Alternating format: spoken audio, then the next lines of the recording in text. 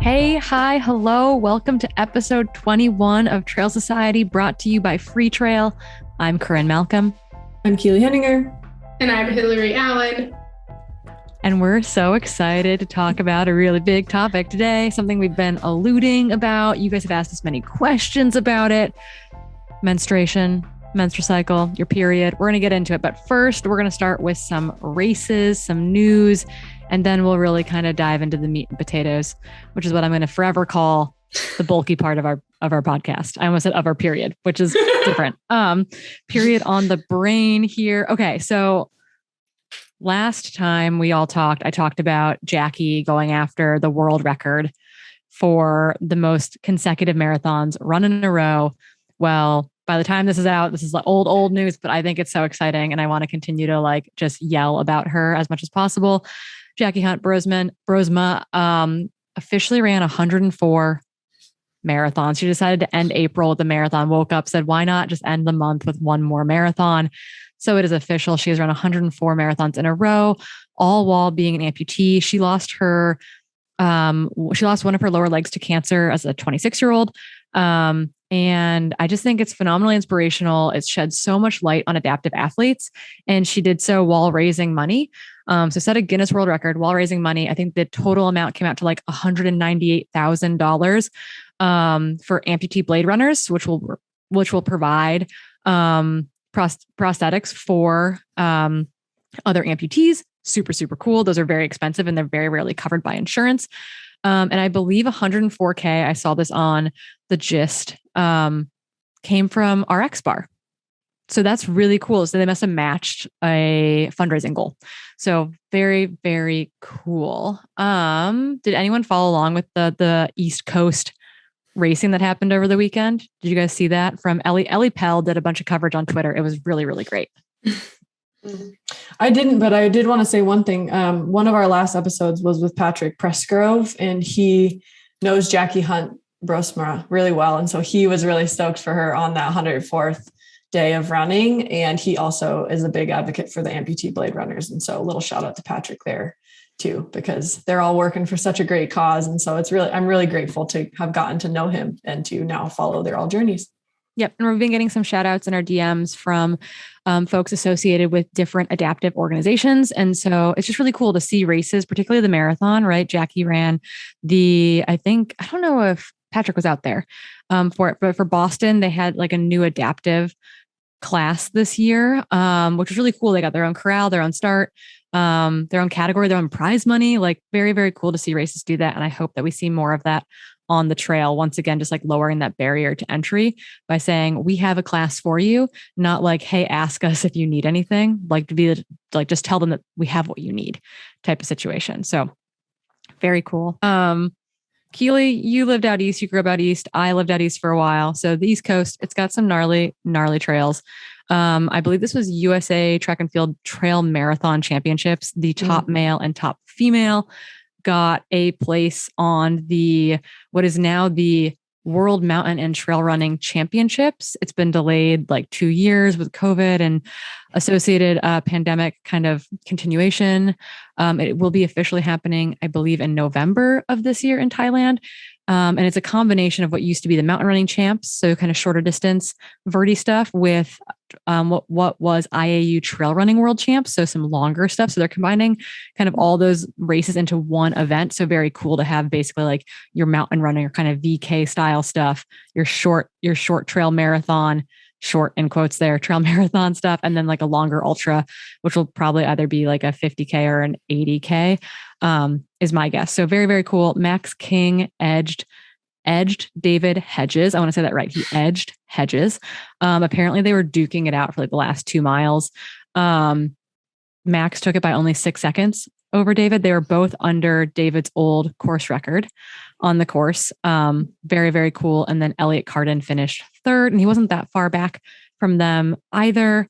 Michelle Merlis won and set the course record. I think she broke her own course record on the course. This was all at the Breakneck Point Trail Marathon, which I believe is a Red Newt racing event. So very cool. Christina Randrup, who's a Bay Area gal who lives in Seattle, was second. And Nora Jodri I don't know if I said your name right at all, was third. So really kind of cool to have some East Coast love and to get some more people named to that US trail team. That's so cool. Yeah. As soon as Annie Hughes crossed the finish line at Cocodona 250, third overall, I was like, we have to do this. We have to bring this up. So did you watch Cocodona at all, Keely? I did a little bit, yeah, but definitely not as in-depthly as probably you did. But yeah, it's hard to watch. It's like 3, 4, 5 days of running. But I got to watch Annie destroy at Moab 240, and she did the exact same thing here at Cocodona. Kind of she led her and Jason Koop, were leading the race together for most of the first and into the second day. So it was very cool to see Annie run her own race and ultimately finish third overall. The men's race was won by Joe Stringbean. You probably know him from setting long trail records. Very cool performance, but much faster than last year. But there were some course changes this year that I think was part of that. Mike McKnight moved up all race to finish second. Second female was Lauren Jones. She was 10th overall. And third female, I'll give her a shout out to Sarah. I'm going to butcher your last name. Sarah Ostawozacki. Pretty close. Yeah. She's an ex-Portland gal. So I know her. So and she moved up from stoked to see her crushing it. Yeah. And she was 5th last year. So it's her second time running Cocodona, and finished third this year. So that was very cool to see her come back, because I feel like coming back to a race like this has to be a little bit like intimidating too, just because who knows what's going to happen. But very big kudos to anyone who gets on the start line for Cocodona 250, let alone finishes it, because that is a beast of a race. We also wanted to give a shout out to Camille Herron. She took the course record on the women's side and the win overall at Strolling Gym. It's a old classic US road ultra. It's about 40 miles long. She ran a 4:44:01, and beat an old record, like a record from 2011, which is that's a pretty like long-standing record in this sport at this point. Yeah, I mean, she was averaging sub 7-minute pace for the 40 miles. And apparently it has around 2,000 feet, a little under 2,000 feet of climbing. It's all mostly roads, but they're like pretty bumpy roads, I guess. And the climbing is like super jagged. So it kind of packs a good punch, even though it doesn't sound like a lot on paper. So yeah, pretty cool that she won. And then I remember her Instagram post was pretty cool. She was talking about how she won into the course record, and how Leah Thorvilson, who is the woman who used to have the course record, was her inspiration to getting into ultras, when she saw her get that course record in 2011. So pretty cool that she could come back, 12 years later, 11 years later, and beat that. But she also said that she wasn't feeling super motivated during the race. And felt like she kind of let off the gas a little bit towards that like 2/3 part of the course, and then heard that Harvey Lewis was only like 4 or 5 minutes back. So she said she felt like she had to put the hammer down for those last miles to make sure she secured the win. So I'm glad she felt like she got her little competitive fire back there. Yeah. And Harvey Lewis he had a great 2021 running. I feel like Harvey is quite accomplished and oftentimes like forgotten about a little bit. He's kind of flies under the radar somehow. So it was very cool to see him finish a close second. Yeah, I have no desire to run a road ultra like that, but I am always floored by the performances that come out of them. And then we wanted to give a shout out, because we miss a lot of East Coast races, but I had an athlete in Hellbender. And I know how gnarly it was. Like the weather was terrible. That course has it's really, really technical. They had horrendous weather this year, maybe yet again. And Marissa Romeo won the women's race, and she actually finished third overall. So I want to give a shout out to Marissa, because that's not an easy race. And to crash the men's podium in it was very, very cool to see. Yeah, and I think she ran like the second fastest time for females on the course. So she ran a smoking fast time, even though the conditions did not sound very fun. Yeah, it sounded absolutely horrible out there. So big shout out to Marissa. That's a stellar performance at Hellbender. Yeah. And what's really cool about the Hellbender 100, in case you guys forget, is that they have a female, male, and transgender non-binary registration policy. So they actually, because they have the race limited to 150 participants, they actually have 2 registration pages.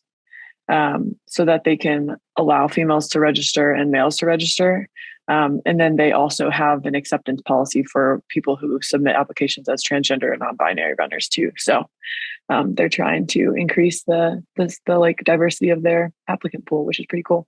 That is so cool. I'd forgotten. I know they did gender equal entry. So thanks, big extra big shout out to Hellbender, to those race directors for making that happen. The other two things I included are kind of weird, and I'm happy to share them. But okay, UK listeners, I know we have UK listeners.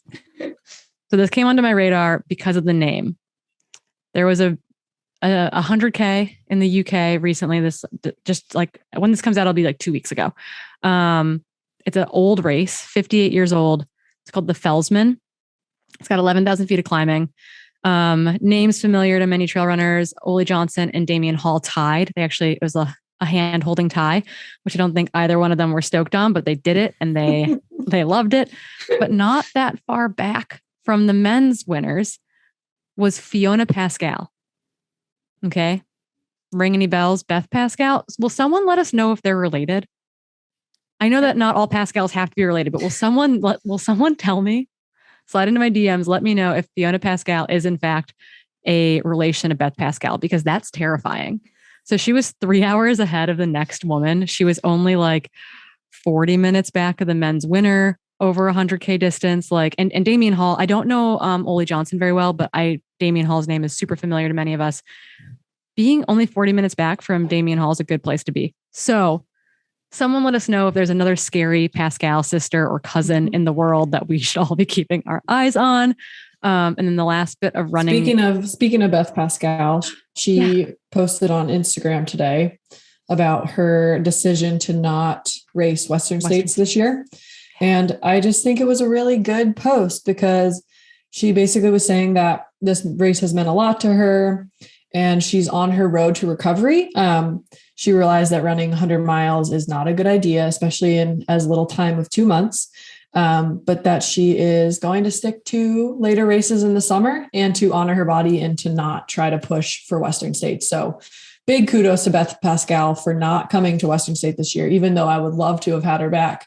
It sounds like it's better for her to not. And so I love when people are willing to admit that, even though it's probably so hard. And be public about it too, right? A lot of us, when you get injured, you kind of shy away from being with your community and talking about what's going on. So Beth has been relatively public, I feel like, with a lot of the injury stuff she's been dealing with. And so she reached out after Madeira, being like, it was cool to follow, like, that you're back on a start line. Like this gives me hope. Like, thank you. So Beth, you'll be back and faster than ever and as terrifying as Fiona, who may or may not be related to you. And then the last little news shout out that I wanted to give was to, a runner getting ready to make her Western States debut, UTMB runner-up Cami Brujas.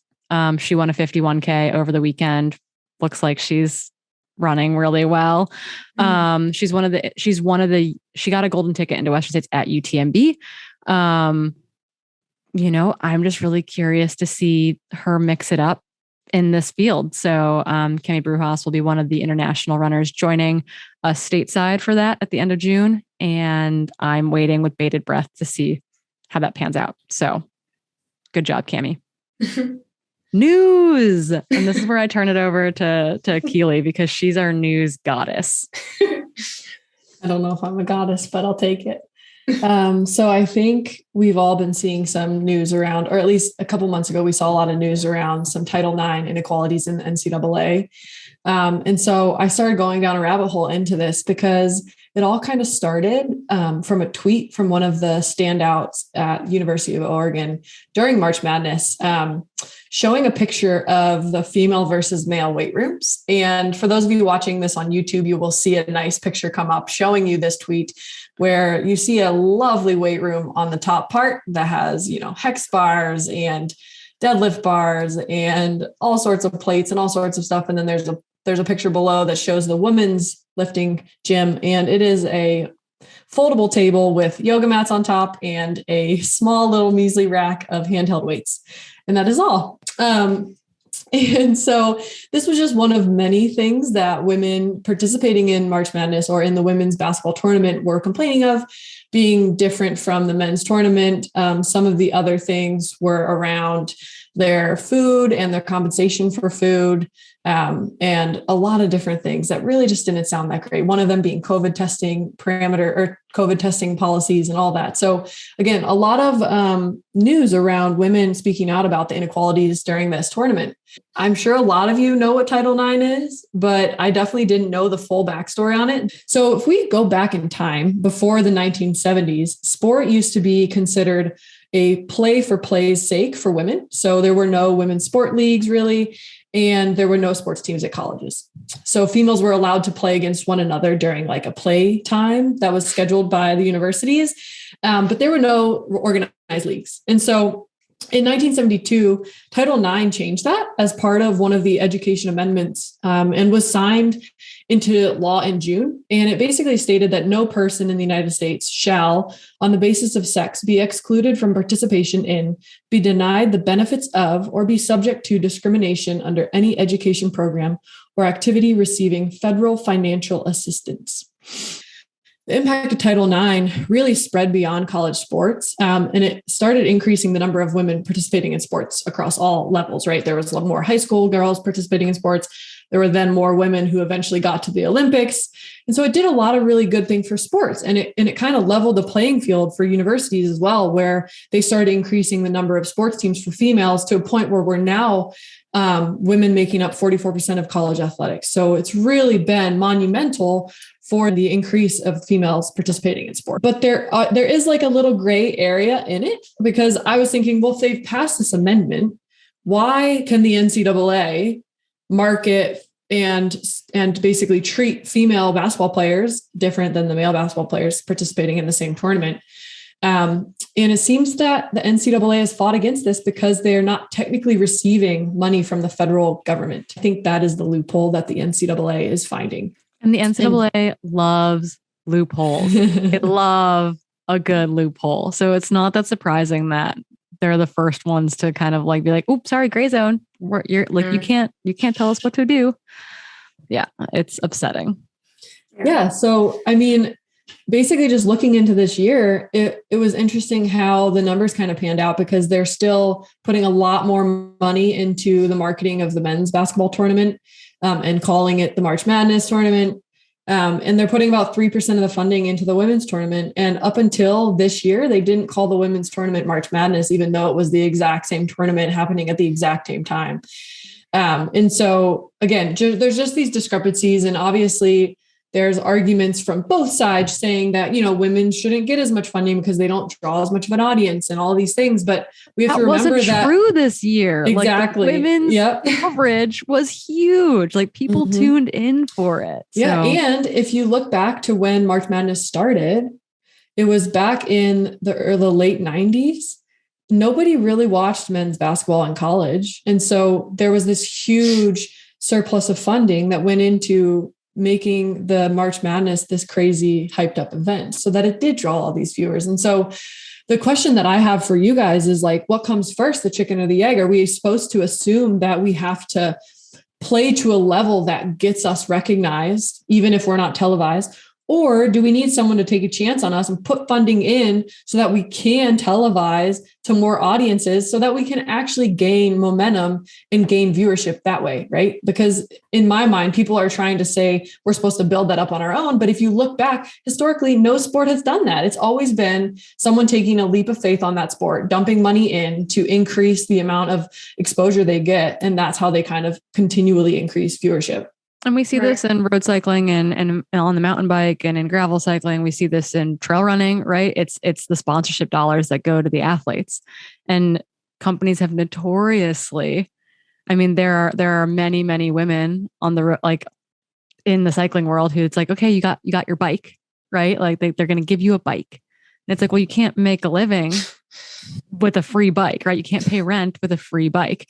You can't pay rent with free nutrition product. Like and they think that that's enough. It kind of makes the women's events feel like, quote unquote, like, well, it's the exhibition event. And you're like, no, it's still the event. It's one of the two events. And I think that I think it's really, I don't think you can anticipate women's fields to grow in depth and strength and talent without taking a chance and putting money into it, because you don't have okay. So this is a great, like, I don't know. I look at, in particular, like women's road cycling notoriously, things have changed, are changing there, but there are so many women, like you see it in the Olympics every 4 years, where it's like, this woman worked in finance until 2012. And then she decided to pick up cycling and now she's the Olympic gold medalist. It's like, yeah, okay. There are no men in that race who have that story. And it's because women have had to be successful and financially independent enough in order to take up this, quote unquote hobby that then earned them an Olympic medal, right? Yeah. Like that's really backwards. And it's not like that woman, like there's many stories like that. It's not like that woman just picked up cycling and then was all of a sudden really good. She was probably working full time and doing all of this other stuff, like many professional women actually in trail running do. So, I mean, I'm of the belief, like the latter thing that Keely was saying, is that I think people need to take a chance on it. There's really, I mean, Title IX, I think, proves that in general, because there was no funding. There was really no like mandate to actually take this sport seriously until there was some sort of law to say, okay, we need to pay attention to this now. Mm-hmm. And you have to remember, like, women weren't allowed to run the marathon in the Olympics until, around this time. There was one stat that stood out to me in the article that you sent over, Keely, in which it said the number of high school girls participating in sports grew 990% from 1971 to 2003. Okay. And that's like our parents' generation, right? Yeah. Right. Yeah.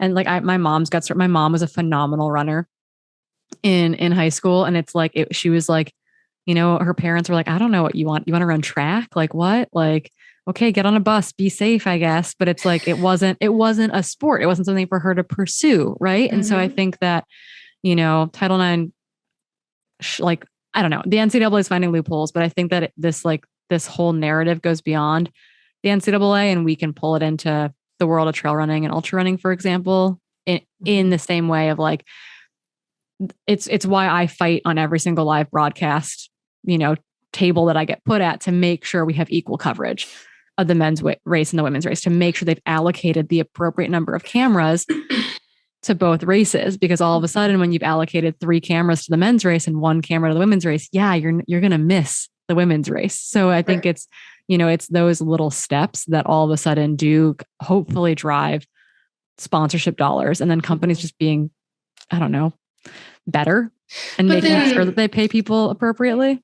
Yeah. And also with that, Corinne, it's like, I mean, this is happening in our sport right now. I mean, I remember TDS 2019 was the first year they had 3 dedicated cameramen to the women's race. And the women's race is very exciting. And so, and just as exciting, if not more, in my opinion, than the men's race. But like, this is what I think is really, this is what forcing, I think, money and support and taking a chance on women's sports, it's proving that actually it is interesting. It is competitive. It's not just play for play's sake. Like there's fierce competitors, and people need to see that in order to believe it and then continuing investing in it, instead of just kind of doing it for fun. Like, really, guys, like, am I just going to go out and do this, 4-hour run for fun? Like, part of it, yes. But like, also like, you have bigger goals. Like, we want to do these things, not just doing it for like kicks, like. Totally. And I think one thing that came out of this article that gives me hope is that all of the sponsors that sponsor the NCAA were outraged. And they wanted to know where their dollars went and wondered why it wasn't split 50-50. So some of the food sponsors were wondering why the packages were not distributed the same for the men and the women. There was a lot of sponsors reaching out, wanting to send Uber Eats gift cards. There was all sorts of stuff. So I think that is kind of showing itself in trail running as well, where I think we are slowly seeing more sponsors being willing to diversify their team roster and not have it fully stacked with males, and have more women being able to pursue these sports full time. And I think kind of on that note, there was one other line that came out over the past couple of weeks around female focused sports media. And it is basically a new initiative by Billie Jean King. Our hero. Yep. Our queen. And she is joined with the LA Dodgers and Elysian Park and RGA Ventures, who is a creative actually based out of Portland here, to start a Trailblazers venture studio that has an initiative to fund the growth of women's sports. And so they're kind of open to resumes right now from startups in media and storytelling around female athletics. And they plan to provide both funding and guidance to these startups through like a 12-week program where they'll introduce them to executives and creatives in the space to help guide their processes. And they're doing this so that they can kind of help increase the coverage of women's sports and just kind of elevate these people who maybe need a little bit of help. So pretty exciting. And they're like putting some serious money behind it, like thousands, millions. I think the top was like $2 million or something. So they have some serious funding behind this. And I think they're going to try to take 6 to 8 startups into that initial kind of 12-week cohort. So a super cool opportunity. If you happen to be in that space, get after it. It's like, that to me was like very, very exciting to see. Yeah. We're in exciting times right now for female sports. So very cool. We'll continue to ride that wave. I don't know. I feel like the last like year and a half, 2 years has been like this really big momentum surge, at least in the media that I'm surrounded with within the trail running community, trail and ultra running community. Like the time and time again, the story has been like, oh, the women's race. The story is the women's race. Like again. And I want, it's like, yeah, like welcome, we're here. Like get on board type of thing. So I don't know. We'll keep tooting our own horns, I guess. But I think we're ready. We're ready to meat and potatoes it. But can I add something? Yes. I don't want to like put a damper on it, but I was just looking for the stats on this thing, but like, just to give you like, this is great. You're right. And like the story is I think the women's race, but like, I was just reading this thing in the article Keely said, and Division I athletic departments, they only devote 36% of their budget to women's sports. So this adds up to an extra $133 million each year for men's sports compared to women's sports. This is at Division I athletics alone. So ladies, we have some work to do. Like that 2 million number seems like a lot, but compared to 133 million, let's get some excitement out there.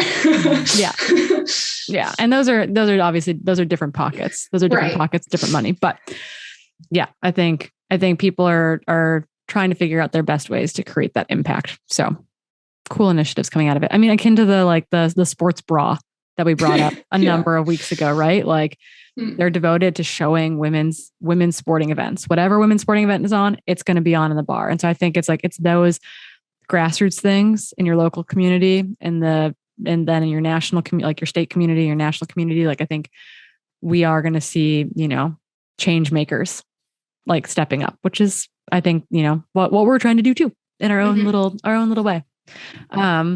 Okay. Now we're going to meat and potatoes it. So as I alluded to earlier, menstruation. We've talked about it in various ways over the course of, I don't know, months now. And we said, hey, we're going to dedicate some time to this. And we are ready now to dedicate some time to this topic. I think many of our next episodes are going to be themed along kind of the women's health spectrum, but it's not just for women, right? If you have someone in your life who menstruates, this is good information for you too.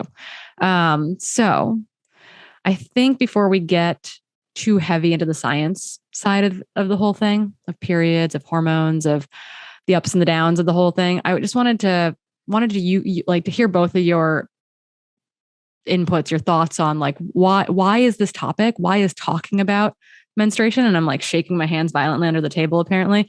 Why is it important to talk about menstruation?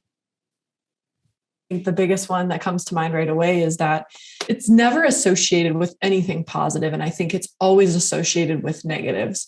And so I think it's really important to start talking about it so that every girl out there knows that it's actually something that's really, really important. And it's something that should be celebrated and not hidden behind closed doors and never talked about. It needs to be talked about to start destigmatizing it and really just bring it into the light so people can appreciate what their bodies do.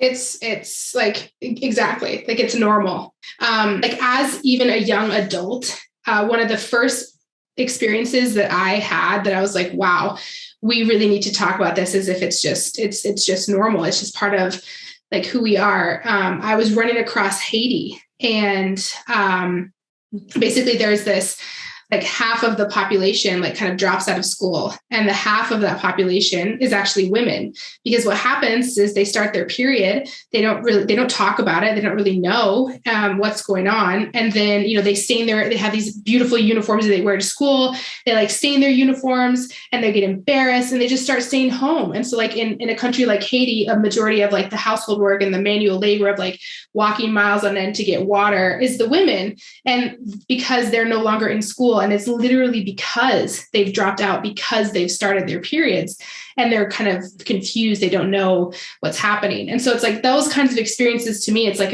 if I, obviously I'm a woman and I have a sister. And so like we talked about it with my parents, but like we didn't talk about it in the world of sports.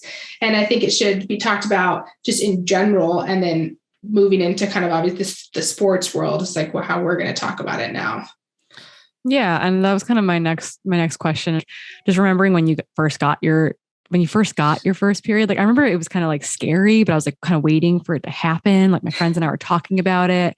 Like I had a friend who distinctly like lied about getting her period because she thought it was really cool. Like, so I had some weird friends, I guess, in which they were like, yeah, like I got it first. I'm an adult type of thing. Like it was like celebrated amongst my friend group a little bit more than I think maybe in other places. I don't know what our parents did to evoke this in us, but I distinctly remember getting my period. I was probably in like 7th or 8th grade. So like very normal, like 12-ish, I want to say.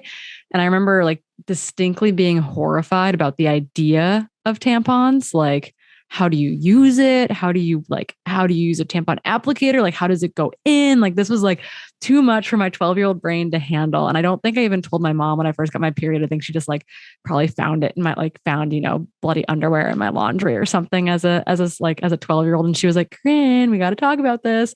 But I'm an avoider when things make me uncomfortable. So I avoided it for sure. And I'm just wondering, what that was like, if you guys remember that, or it's kind of wondering what that looked like. And then how did that spur, I think both of those stories might overlap with athletics a bit. So kind of just take us through that.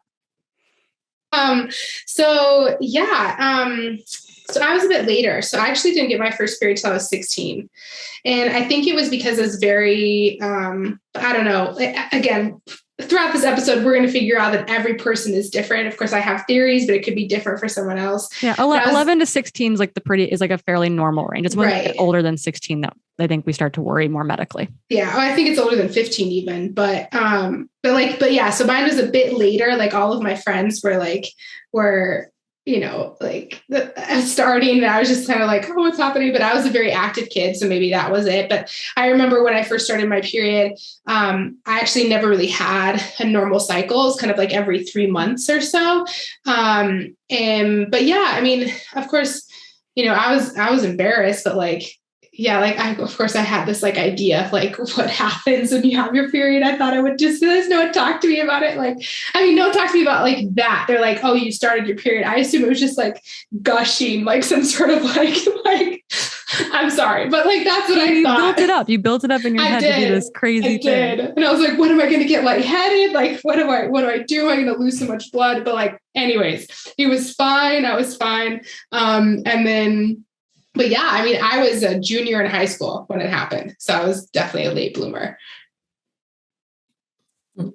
Yeah, I was a late bloomer too. So I feel like I got it once it was already cool for my friends to have it. And so then I was the uncool one again because I was so late. But it was never this like badge of honor when I was growing up because I didn't run. So whenever I talked about it with friends, like we all were okay with having it. I was never in a culture where my friends didn't get it because of athletics.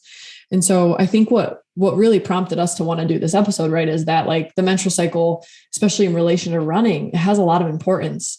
And I kind of saw this firsthand when I went to college and I first started getting into running with the club cross country team at Penn State.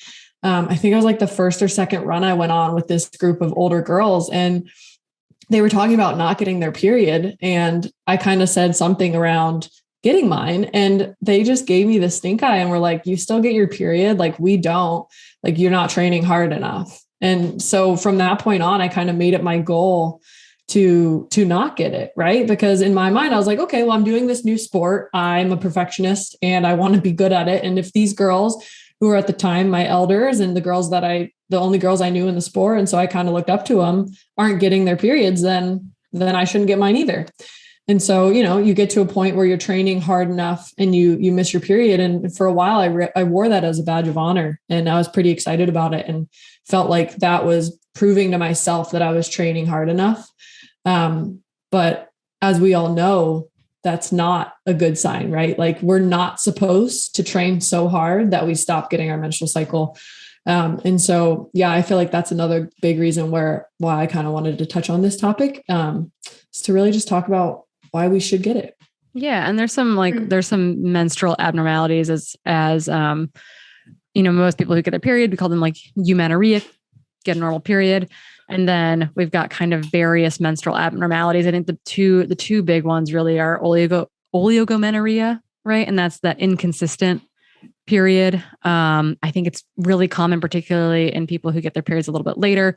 But basically it's less than 6 to 8 a year, or menstrual cycles that last longer than 35 days. And we'll talk about menstrual cycle length and parts of your cycle here in a little bit, but that's one camp, right? So maybe you're getting your period every 3 months type of thing, kind of being on the lookout for that. And then, as Hilly mentioned, primary amenorrhea. So an individual that does not have their period by age 15, primary amenorrhea, and then secondary amenorrhea, right, would be the thing that we're all kind of, I think, most worried about here, right? It's someone who's had a regular period before, and their period stops for more than 3 months, or someone who's got an inconsistent period, who I've got friends who are, healthy adults who have inconsistent periods. But if you lose your period for more than 6 months, we'd consider that secondary amenorrhea. And the big risk there, right, is REDS or RED-S, relative energy deficiency in sport.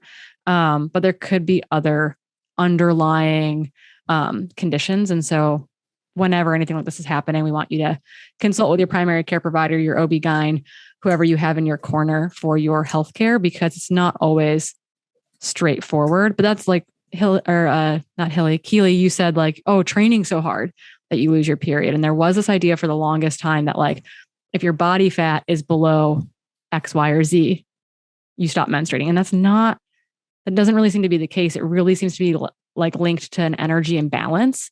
And so basically, if you're restricting calories to the point that you're not meeting your energy needs, you're at risk for becoming amenorrheic. And I think that's what we're seeing most commonly in our sport, is that you're just not meeting your energy needs. And this is your body's like warning system, which is so important, right? Like, I think that's how we all think about it. Is that how you guys have been thinking about it, as far as like, it's your warning system that your body's under stress? Totally. I mean, I think even for that, like, right, secondary amenorrhea. I experienced that when I had my accident, and my body was like, I had broken so many bones, and it was like healing, and then it just kind of like stopped. I think that's from like an energy perspective of like kind of conserving energy, and like my body being like, you are not fit to bear a child at this moment. My energy must go elsewhere, must heal exactly bones. Right. But I wasn't training at that point. I was just recovering. Right. So, but still, that has implications for, later on with bones in particular, right? Estrogen plays a huge role in maintaining bone density and health. And so, yeah, but again, it's like using it as that warning system. We can talk about this too with like birth control if you want, but yeah. And we're not today, where I think there's so much, we do have some good research on birth control methods, and we're getting better research on it. So I think we're actually going to stick that in its own episode, or an episode with some other stuff. So we're not going to get into the weeds today. For those of you wondering about birth control methods, or like perimenopause or menopausal women, because that deserves its own thing. So today we're just going to talk about kind of menstrual cycle basics more than anything. Mm-hmm. Yeah, which are hairy enough, right? Because I feel like even trying to generalize the menstrual cycle is pretty hard, because even just looking through all of our notes, Corinne, and diving through a bunch of different papers, like even just trying to tell people what an average range is for their cycle in terms of how long it should be in days, the range is massive. I see everything from 17 to 38 days. So we don't know. But anyways, that's kind of the theme of today, is like, we really want to just talk to you guys about what a traditional menstrual cycle is, why we should know what happens during it, and then how we can kind of think about it in relation to training and racing, and really just emphasize how individualized it's going to be for everybody. Yeah. And most charts you'll see, right? You're like, and I have taken to saying the idealized menstrual cycle, because that's what it is. When you see it in the literature, when I wrote about it for Jason Koop's book, when we talk about it here, when we show graphs at talks or, in educational settings, it's always the idealized period or the idealized menstrual cycle, i.e., we're going to say it's 28 days. And therefore, this phase is this long and this phase is that long. And the truth of the matter is, like, not only does it seem that not to be the case woman to woman or person that menstruates to person that menstruates, but it's also not the case for you, like period to period, right? Like there's flux there, and you pick up on that flux a little bit when you are looking at things. Like I recently traveled internationally and I was gone for a month. And when I'm gone for that long internationally, I've got that circadian rhythm flip flop. And like for me, like my cycle gets all sorts of messed up for a second and then it like resets. And so you're going to have that cycle to cycle variation as well. But I think the biggest thing to start with is just kind of like, let's get to basics, right? Like what are the phases of an idealized menstrual cycle and kind of what do those things entail? And then we can kind of talk about how we might experience them. Yeah, totally. And we'll just kind of go with this 28-day ideal cycle, right? But what I want you all to think about in terms of when that cycle starts is when you first have your full day of bleeding. And so we'll say that the menstrual cycle starts on that day. That's day 1. And it continues until your next start of bleed. So we'll go through a full cycle and that'll be one full menstrual cycle. So you start bleeding, you'll stop bleeding, you'll go all the way to when you start bleeding again. And that's going to be the cycle. And so we can kind of bucket it into 4 buckets, right? So that bleeding phase is typically called menstruation. And that'll be when you start bleeding to when you stop bleeding. That's pretty simple. And that's kind of lumped into this bigger phase that's called the follicular phase. And that's traditionally the first half of your cycle. And a lot of textbooks like to say it's between 10 and 14 days for those 28-day traditional textbook style menstrual cycles. But again, that's going to be variable for everybody. But this follicular phase is really defined by a lower level of circulating sex hormones, traditionally estrogen and progesterone, while your body is kind of getting ready for ovulation. And so during this phase, those estrogen and progesterones are low. However, your pituitary gland is still making FSH, which tells your ovaries to kind of prepare an egg for fertilization.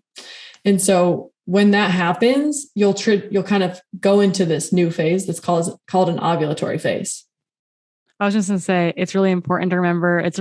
I think this is really cool because it's important to remember that you don't just menstruate to mess up your life. You menstruate because your body's trying to do something that's like kind of important, like totally. Bring new life into the world. So it's kind of like, ugh, I don't want a baby right now, but it's nice to know that like your body's been practicing this every month for a reason. Mm-hmm.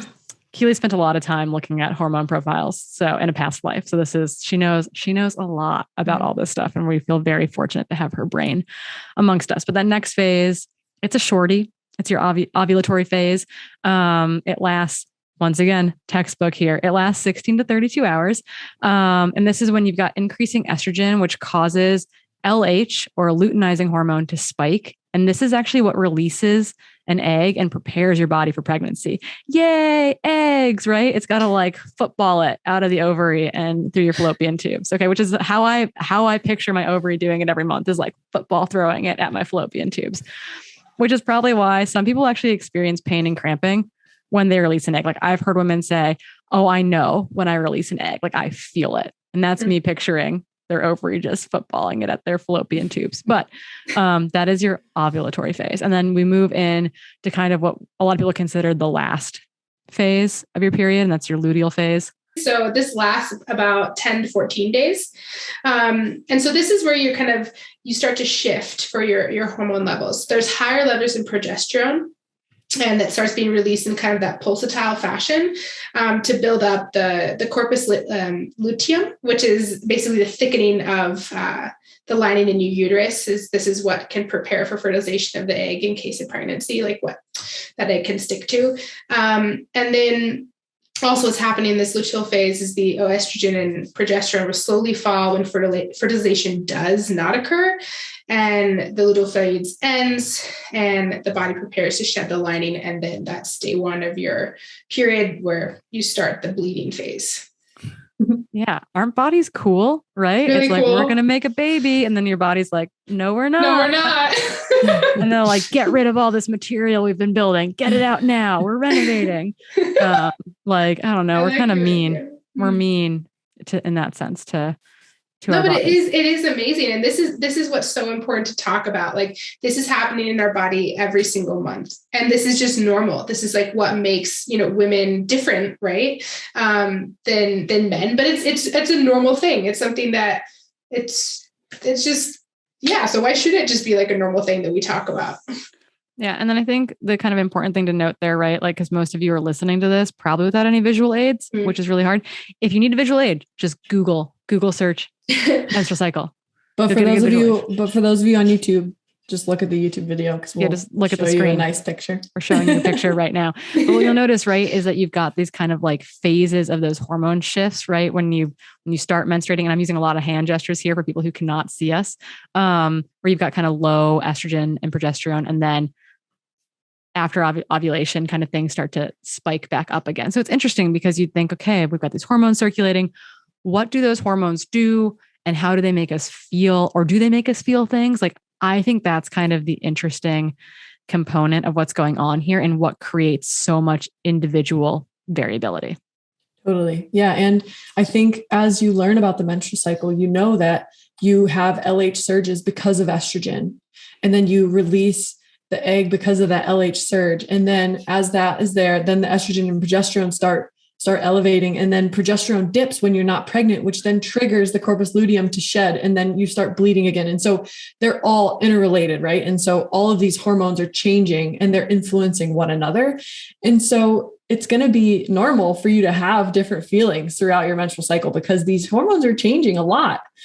And it's kind of interesting because when you ask women if they feel different when they're training during their period, the majority of women say that they do feel like they perform less good during their menstruation phase of their cycle. And again, this could be just because of symptoms, because we also see an increase in symptoms during the menstruation phase, typically associated with cramps and all sorts of stuff that you feel when you're actually shedding that lining and bleeding.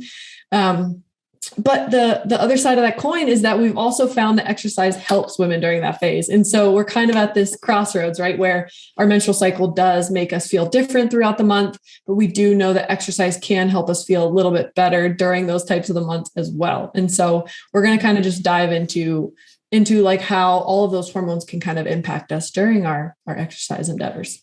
Yeah, I think there's some fun. There's some fun research. There's some interesting research. And a lot of the research I feel like is kind of like, well, we don't know, or we don't know enough, or the research criticism is like, well, this needs to be organized better, or we need to tweak this. And there's some really, really good female driven teams right now that are working on this, which is really exciting. I think it's a very exciting time for female athletics, again, because of things like this happening. And a lot of the studies are kind of like, well, there's a graph that Keely and I are obsessed with where it's basically like, you can perform on any day and you can have a terrible day on any day. And that's kind of exciting, right? Knowing that you can do that. But I'm wondering, from the sciencey side of things, and maybe some of these things are solid and maybe some of these things are not as solid. Like, what do we know these hormones could do to different, components of training and performance? I think that's the best way to phrase it. And then we can talk about kind of how do we feel those things? Have you noticed those things in training? We'll kind of move into that next. Yeah. I mean, I think that I'm pretty biased because I really feel like a klutz during a certain part of my cycle, especially if I'm mountain biking. And so I really am biased to this one bullet point. But when we look at like strength or performance, we do know that progesterone has impacts on the inhibitory pathways in the brain, which could lead to decreased fine motor control or like task specific training. So like something like mountain biking would be more fine motor control. And we know that actually increased estrogen, which is high during the luteal phase, could actually decrease your gross motor skill output. And so there are going to be times during the cycle where you feel a little more like a baby giraffe. And then there's going to be times where you actually feel more like a rock star. And there's been a couple studies, again, caveat here, couple, that show that you have better gross motor skills and increased capacity for strength and work right after your ovulatory phase. But again, very few number of studies, and I'm really excited to see where the research goes with this. But I think the biggest takeaway here is that give yourself some grace. Again, I think we're going to say this a lot. If you're feeling pretty out of it and keep twisting your ankle or falling off your mountain bike during a ride or a run, give yourself some grace that your hormones might just be a little off that day and to maybe go focus on something else. Yeah. And I think we're going to talk more about tracking later, but this is why tracking can be important, right? Because you're learning about you. Like, it's not so much the broad recommendations that are important. It's you're learning about you. And we'll dive into that a little bit more in a second. But then I guess the next we've gotten questions about this actually, I think in our DMs way back when we first started this was, about fueling and hydration strategies. Cause they're, like what does that look like? Hormones must influence that, right? Water retention, electrolytes, carbohydrate needs. Like, what does that look like from what we know about these hormones and how they could impact both, fluid needs and like metabolism? Yeah. Well, I think what's a bummer for females is that there's been some studies that show that we are already at a little bit of a higher risk for something like hyponatremia than our male counterparts, just due to our body size. And so this has actually led to more studies in this field than other fields around female sex hormones, because we saw that we had differences before we even looked into the hormones. And so we have looked into how hormones play a role in sodium absorption and water retention. And we have seen that during the luteal phase, we can have impaired sodium reabsorption in the kidneys, which can impact fluid balance and typically will result in a decreased plasma volume. And this is just something to be cognizant of during really long or really hot races, because lower plasma volume can be super disadvantageous in really hot environments. And so it's just really important to be mindful of when you're racing, because you're going to have a race during your luteal phase, you're going to have a race during your follicular phase, and you really want to stay on top of those hydration needs and those salt needs, especially with those differences in how your body is reabsorbing the sodium as well as retaining water. Yeah. And the best way to do that is practice, right? Practice and training, practice in all these phases, and you'll nail it for race day. But what about metabolism? What about those needs? Mm-hmm. Like, tell me more. Tell me. Yeah. I mean, I think fat metabolism is super buzzworthy right now. People love to say that females need to increase their ability to fat oxidize, or females already can fat oxidize. And I think there's just so much confusion around it. But I think we do know that females in general do have a little bit of an improved fat metabolism compared to our male counterparts. And that's mostly in part to estrogen, with increases in our fat metabolism. And this is typically noticed the most in our luteal phase. And what I find the most interesting in this is that a lot of these effects can be worsened during fasted. And so a lot of the research shows that fasting is not great for females because it could actually worsen our ability to utilize carbohydrates. Whereas a lot of the buzzworthy articles that were released were telling females to try to do a lot of fasted training. And so I think the biggest takeaway here is that we do have an increased ability to oxidize fat. We will have a part in our cycle during the luteal phase where we are not utilizing carbohydrates to our best ability. And so we can really compensate for that by ingesting carbohydrates during our workout. And not fasting. Yeah. And that ties directly into, I think, kind of how recovery is could be impaired or is heightened during one phase versus impaired in another. I think probably has direct ties to that, in particular, carbohydrate consumption and carbohydrate oxidation. Mm-hmm. I'm not totally. sure. Yeah. I mean, so during the luteal phase, because we are more kind of catabolic in the carbohydrate realm, we also are catabolic in the protein realm. And so we really need to focus on post-exercise protein carbohydrate supplementation to make sure that we're really helping our recovery game. And that'll be something we talk about too when we talk about menopause in a later episode, right? Is hormones have a great, obviously have a huge impact here. And whilst we all have hormones circulating and doing crazy stuff every month, that change that comes with perimenopause and menopause has a big impact. And one of the best ways to combat it is kind of oftentimes is in a nutritional approach. So we'll talk about that more in an upcoming episode, but I think it's so interesting. And then sleep's impacted. I don't know about you, Keely. We're about to talk about this anyway. Like I have a noticeable temperature change ahead of like getting my period. And so I imagine that has a great, has to impact. I think it impacts my sleep quality, right? Like if I'm getting like really way too hot in the middle of the night and sweating buckets, that makes sleep a little bit more uncomfortable. During my graduate studies, I helped a fellow classmate of mine work on jacket design at Lululemon. And, we were designing jackets for women, and we were really, what we were doing was temperature research. And initially, we've got a male PI that was in charge of like half the project, and he didn't really care if we took into account menstruation. And we were like, okay, let's like hold the phone, like pause. My temperature like varies quite a bit from baseline during this phase. Like we need to account for this if we are going to look at temperature response to these different jacket materials. And so I do think it's very interesting how it's not always picked up in the research. It's not always picked up in I don't know, not all men, but I just like watching these brains work of not wanting to take this into account while doing a women, like a single gender study was hilarious. And we I don't know. The PI in the lab was in the Lululemon lab was female, and she was like, no, this is how we're doing it. So it was good to have that mentor on board. But yeah, these are reasons why, these studies, that single sex studies using participants who menstruate or who have fluctuating hormone levels, it's so important to kind of, I think, broaden the time scale on these studies so that we can take into account individual variation and between subject variation for this very reason. Mm-hmm. Yeah. And I actually have one more thing to add about body temperature. In one of my past studies, we actually saw that women during the luteal phase would choose a warmer top to start, but then they would be significantly more dissatisfied with their apparel choice after their run. Which makes sense, right? Because I feel like I'm typically feeling cold, like at least during the day, but then your core temp is elevated. So as soon as you start exercising, you're just like, I am too hot. Yeah. That threshold, right? That threshold to the core versus skin temp is decreased, just like you would be in the heat. So that's so hilarious. Really interesting. Man, we can outsmart ourselves on that one a little bit. But I think the biggest takeaway from all this, right, is that we've talked a lot about an idealized cycle here.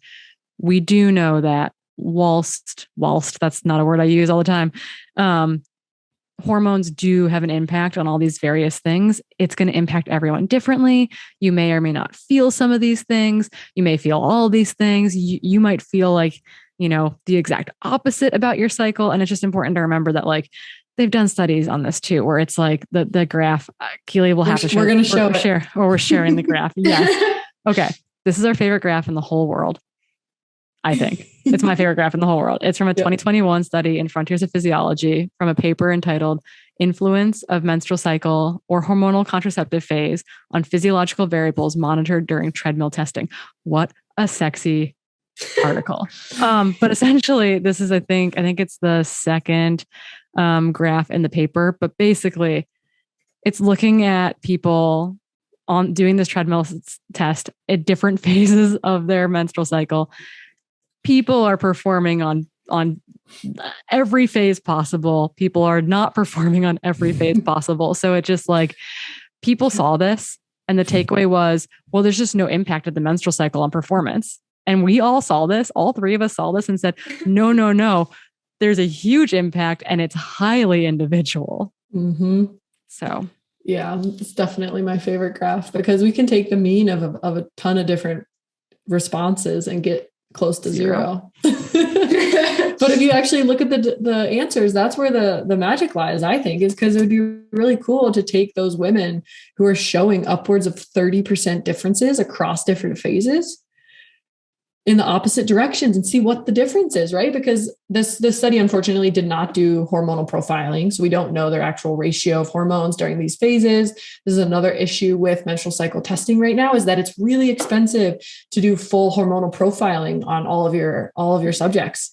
And you'd need to do it for like 2 or 3 cycles to even get trends for the same person. And so again, this is a very hairy topic, but I think coming out with papers that say there's no impact when you can see there's just so much variability is a little tough, but also cool for us because this is the field that we're interested in.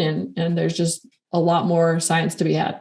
Yeah. And that's been like the takeaway statement from many of these researchers is literally like a personalized approach needs to be taken on each individual's response to exercise performance when it comes to menstruation. So I think that that is our take home message, which is not very exciting in a way, but I think maybe it is the most exciting.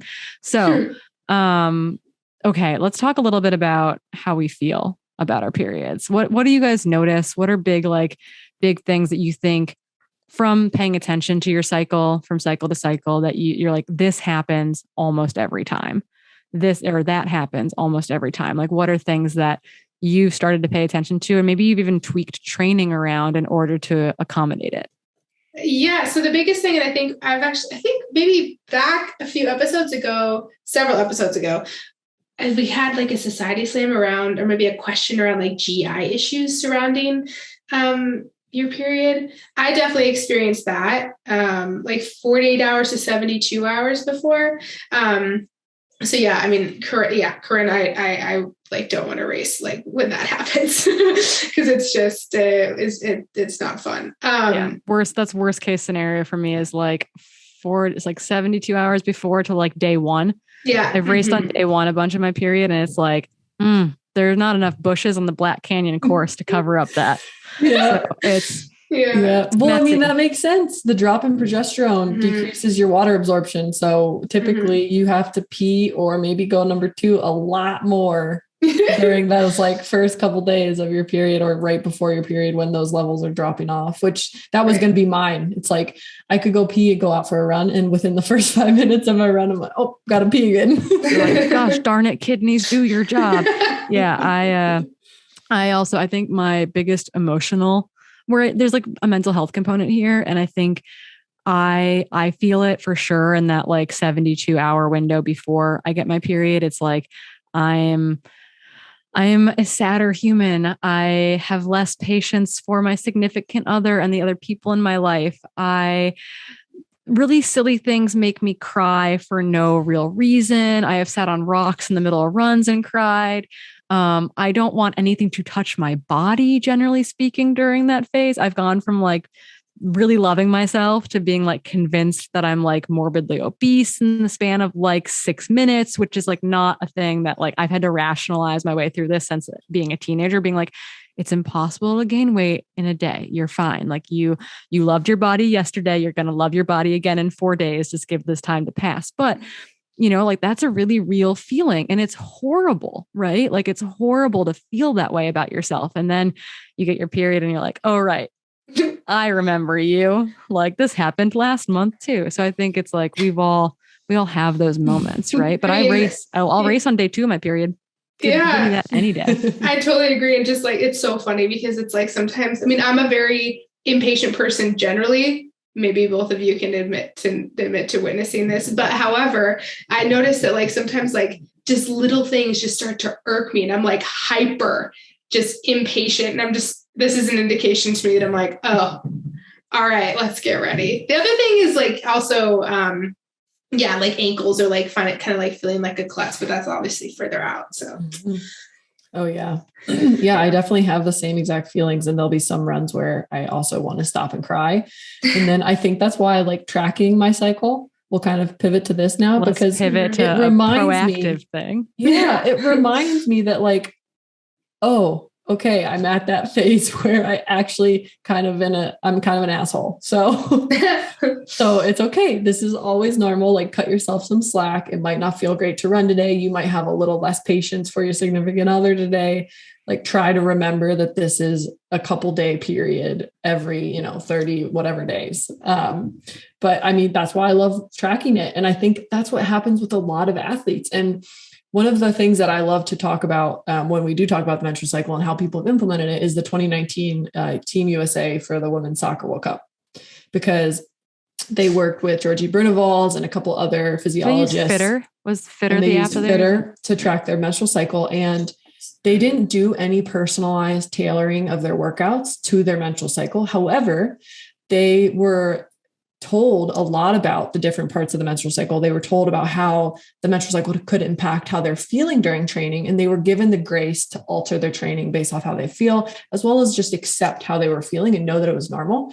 And they attributed their success at the World Cup to that alteration in their training and in their mindset. And I think that is just awesome. And that is why I think tracking your menstrual cycle is so important, is because it's giving us the grace to accept how we feel that day and to acknowledge that this is our normal bodily function. And we need to appreciate that we have our menstrual cycle. And if that means I feel like crap today and I want to cry while I'm running, that is okay.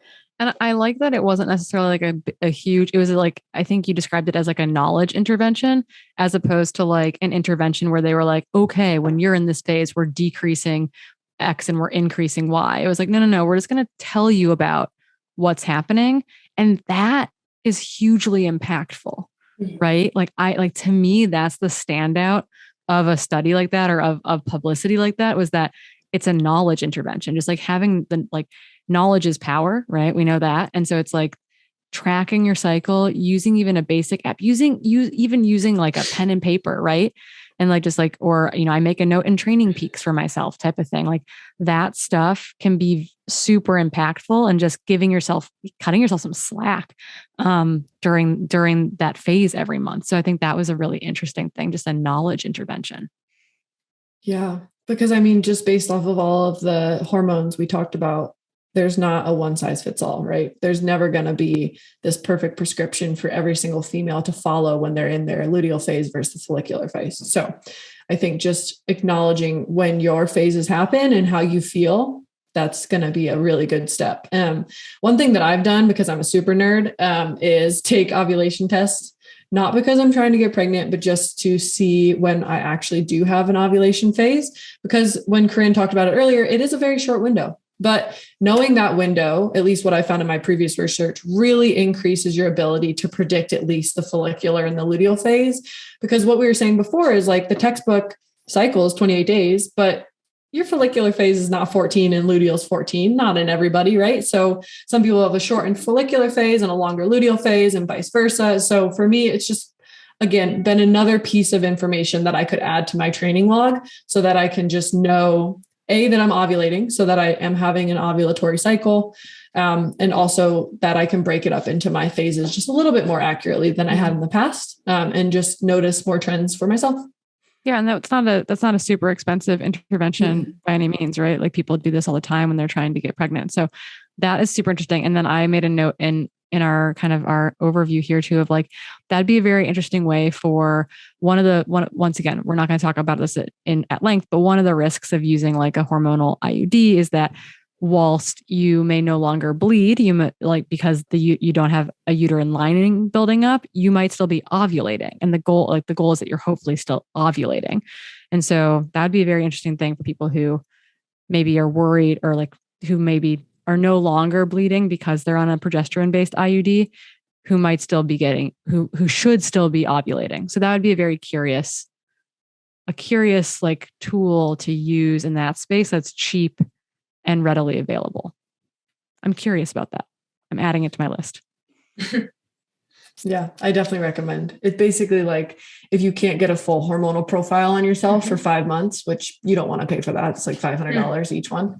Ovulation test definitely helps compared to no ovulation test. So yeah. And then I think, this is kind of a plug for people who've been a huge support for us. Yeah. Mine's on my charger. which is, I don't have to charge it very often, but mine is there, is Oura Ring. Oura Ring has been supporting us this year, which is really exciting. And along with any paper method of tracking or fitter or anything like that, Oura has been a really cool way to track our cycles. I know Keely and I both have notes in here about that. And I'm wondering just if you guys what have you found while using your Oura Ring as far as like predictability of your period, any of that kind of stuff that you pulled out from your time wearing it? Yeah, I mean, mine is usually within 72 hours. I mean, and it's been, since I've been, forget how many months we've been wearing this now. It's actually pretty accurate. And of course, that's with like the body temperature that it's tracking. So, but the one exception that I had after gorges. And so like Keely, you mentioned, like every phase for a woman can be different, right? From woman to woman. But I also think like it as month just like month to month. Exactly. Like there's so much variability in it, because after the Gorge 100K, there was just like extra life stress and all this other stuff that, I had my period again, like 2 weeks later. So, so that was the one exception that didn't really predict it correctly. I was very surprised. But other than that, it's actually been a really good tracking tool. Cause for me, I travel a lot. And so it's like, what do I need to bring with me if I'm going to like go on a weekend trip? Like I can like pull up the calendar and be like, do I need tampons? Exactly. Or, Diva cups or whatever, like all that good stuff. Like it's part of planning. So, it's actually been really, really nice to have that kind of predictability be accurate. Mm-hmm. What about you, Keely? Yeah. I mean, mine's definitely predicting within like 1 or 2 days now, which is pretty cool. And it always shows my trend of body temperature being really heightened, kind of at my peak aggravated and kind of asshole self phase. So it's a good reminder typically when I look at the app, typically feeling not great and see those really high trends of my body temp. I'm like, okay, this is my phase. Is it COVID or am I about to get my period? Or is it Western states? Just kidding. Yeah. So I really love my Oura Ring. I can't say enough good things. I think it really is just really knowledge is power in this sense, especially when we're dealing with our cycles and how individual they are. That something can actually learn how your cycle reacts. And it's about to become so there's this really interesting research project. I think they got approved for a clinical trial. It was between, I think like UC San Diego and maybe UC Berkeley with Oura Ring. And they used it to accurately predict pregnancy ahead of an at-home pregnancy test. Oh, really? And it has to do with body temperature and body temperature trends. And there's some HRV stuff that goes along with that. And it was accurate enough that it's been approved for a clinical trial, which is cool, right? Like it's really very cool that it's that like that information is that good, but it's cool in the day and age that we are living in. Knowledge truly is power, right? Mm-hmm. Like that, like knowing accurately, like well ahead of at home. It's like a week ahead of an at-home pregnancy test. Like that's very early knowledge into that. Is kind of powerful for women to have ownership over your own health and your own body. So, that's just, I love it. I love where the science is going and how like a very simple wearable technology, is allowing us to do some cool things, and keep track of some cool things. So I think those are my big takeaways with the Oura Ring, that clinical study that like jumped out at me in a big way. And I thought that was very, very cool. Yeah.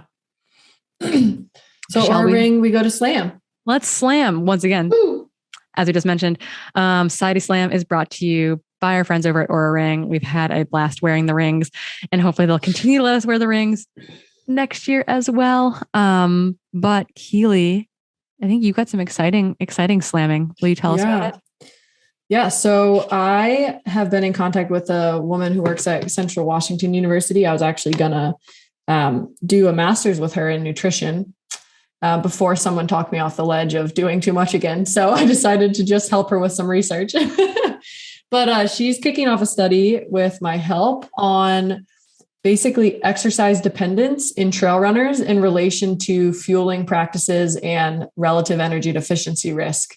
And so we're kind of kicking that study off next week, or by the time this launches, it'll have launched. And so I hope that any female or male trail runner listening to this podcast will take that survey, because it's kind of shaping up a lot of data so that we can do a couple of cool studies we have planned in the pipeline for the future. So that's so sweet. We'll share it in show notes and share it all over our social media feeds so that people who want to get involved in that study can, because that's very cool. We need everyone to take part in research studies. They're super important so that we can learn more information about these very important topics in relation to our sport specifically. Mm-hmm. Haley, what do you got? Yeah, so I got a DM from Catherine, and she just had a question for us. She loves the podcast, and just keep up the excellent work. So, but she had one question for us. So, kind of get both of your takes on it. So, athletes who don't live in a hilly, mountainous area or at altitude, she's wondering about some things that she can do to help her kind of train for these races. Just a goal of finishing. She lives in southern Louisiana, and she's determined to train for races with elevation gain that she can't replicate at home. That's so exciting. Yeah. I think, my rule of thumb, I'll jump in first so that no one can take my idea. My rule of thumb with all my athletes, I've got like Texans training for UTMB and all that kind of stuff. So people run in flat areas and train for really, really hilly races. And my rule of thumb is what matters the most is that we get you to the start line as fit as possible, as strong as possible, and as healthy as possible. Right. So it can be daunting to see that elevation gain and feel like you can't prepare for it adequately. And that specificity part can be really important. But if you're as fit as possible, as strong as possible, and as healthy as possible, that goes a long, long way. So I lean into that over getting scared that you can't train appropriately where you live. Mm-hmm. Yeah. I mean, that's very, very well said. And that's kind of what I was going to say. But then two other things I've implemented recently. One is a lot of eccentric quad loading for very, very strenuous downhill races. That could be with really heavy weights, eccentric kind of deadlifts, or eccentric squats. Or it could even be with like resistance bands. So it doesn't have to be with weights if you don't have those. And then the second thing is, I think a lot of people do live in flat areas, but I've had a couple of my athletes make a field trip just for one really big stimulus enhancing run. And so it might not need to be a field trip every weekend, but I could say there's going to be benefit just from having one big stimulus that really increases like your body's ability to feel comfortable at that race. So it should have a lot of ups and downs in that stimulus. And I think that will just help physically and mentally. Yeah. Little weekend training camp. Most people can make that happen. Right. Yeah. You guys took my answer. So this is perfect. I thought it was going to be similar to that. So yeah, thanks, Catherine, for the question. Yeah. Hopefully that helps. Keep your questions coming. My Society Slam is, I've gotten some great shout outs from people from the Midwest. We're all West Coast centric humans. We live out here. And I think racing can feel very West Coast centric, particularly in the US. And I just want to say, Midwest, we see you. We haven't forgotten about you.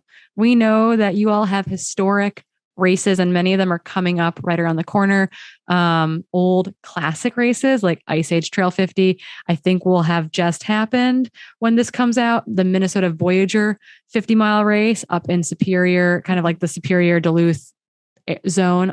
That trail is gnarly, and they host races there in the fall as well. And then Kettle Moraine 100 mile is in June, just around the corner. So we see you, Midwest. We know that you guys are throwing down and you have very important races coming up. So just wanted to give you all a shout out, because I know it can, the whole trail community can feel a little West Coast centric at times. So we see you. I think with that note, we'll let you all go for today, but thank you for joining us once again. Please like, subscribe, I don't know, slide into our DMs, leave us a review that's hopefully generally good. And until next time, we'll see you on the trails.